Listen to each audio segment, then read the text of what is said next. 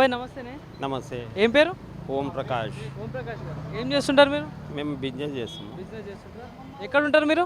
New Ashok Nagar, Parsigutta, Secunderabad. Secunderabad. Okay. So మరి Secunderabad parliament చూసుకుంటే ఇప్పుడు దగ్గరలో ఎలక్షన్స్ ఉన్నాయి, పార్లమెంట్ ఎలక్షన్స్.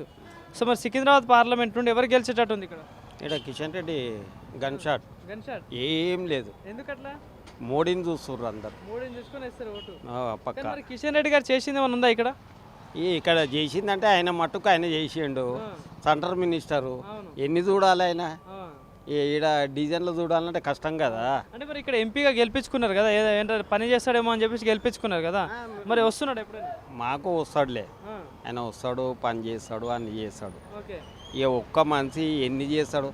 ఒక బూతు చూడాలంటేనే మాకు నెత్తిలు ఎంటికెళ్ళి పోతున్నాయి. ఓకే. ఓకే. అట్లా.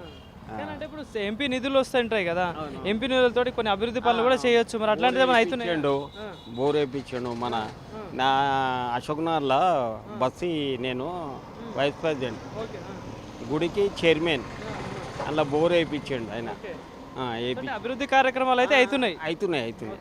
కానీ మరి అటు చూసుకుంటే బీఆర్ఎస్ నుండి పద్మారావు ఉన్నారు, ఇక్కడ ఎమ్మెల్యేగా ఉన్నాడు, గతంలో మంత్రిగా కూడా చేసిన అనుభవం ఉంది. సో మరి ఎట్లా ఉంటుంది మరి పద్మారావుకి ఏమైనా ఛాన్స్ ఉంటుంది సరే?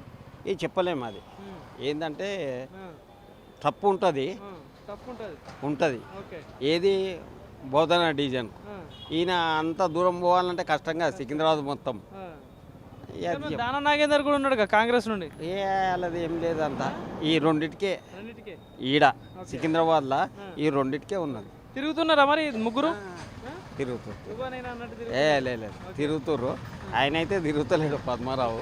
ఆయన చేసే పనులు ఆయన చేసుకుంటూ ఉంటాడు. మెజారిటీ ఎంత రావచ్చు మరి?